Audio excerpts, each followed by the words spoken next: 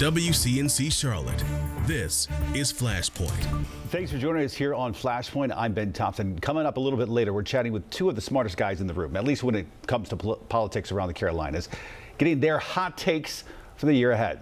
But first, from hot takes to the hot seat. Anson County finds itself in an unlikely spotlight this election year. The rural but diverse county, about 90 minutes southeast of Charlotte, offers some interesting insight.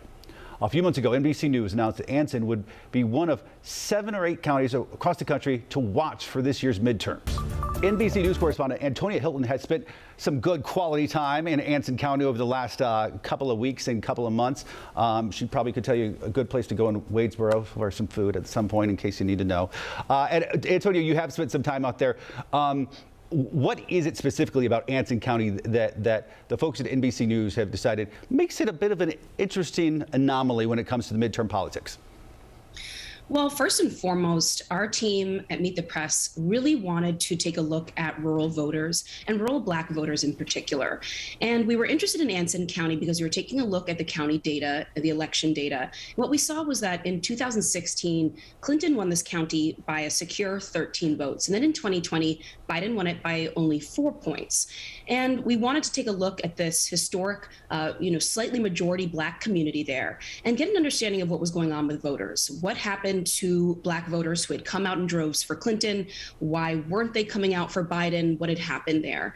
And what we're finding is a story of voter apathy in some cases there, a community that feels that it has been ignored, mistreated in some cases by politicians of every party at every level from the state up to the White House, and is starting to lose faith in the voting process. And in our team reporting, county to county more broadly, our reporters are hearing stories about voter apathy, about a disengagement from the system all over the country. And we've chosen Anson as a place to really invest in stories about the Black community, the needs of specifically rural Black voters, and then also to understand why Black voters, in some cases older Black voters, but in many cases young people coming up in communities like Anson are feeling so disconnected and feeling so separated from the political system and faith that anything can change for them. Well, because let's be honest, when you think about demographics and voters, you think about urban voters of color, or you could think of rural white voters, and then sometimes in today's politics, a rural voter of color is often sort of left out of the conversation in so many ways, and that's what they're telling you, is that they feel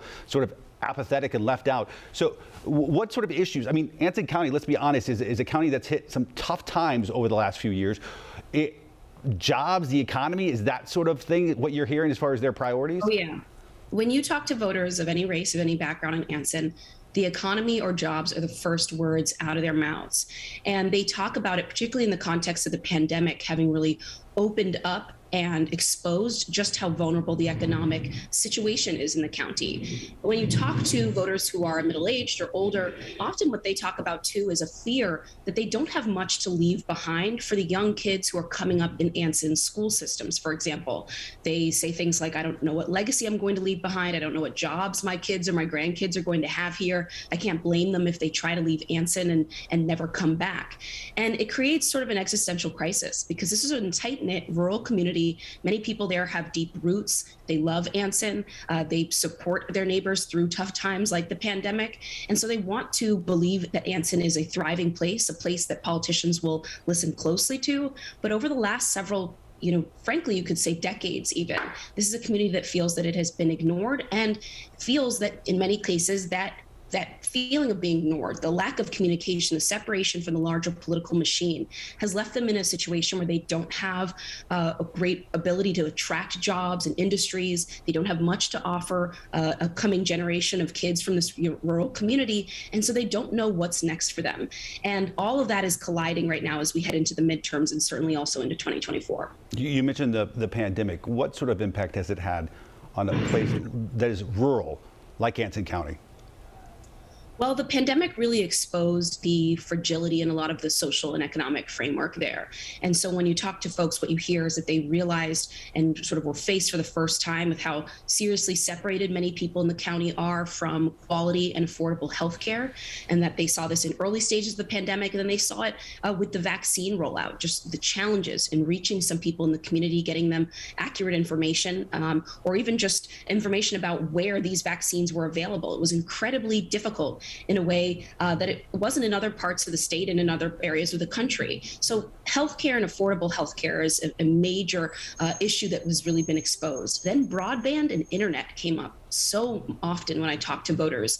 Families who were saying that when schools went remote, they actually didn't have proper internet access at home for their kids to be able to do their schoolwork. And so they saw their children fall behind. They had to reach out to the school, which I should say, the Anson County schools did a major campaign to get hotspots to students to try to support kids who didn't have access to internet or didn't have laptops or computers at home.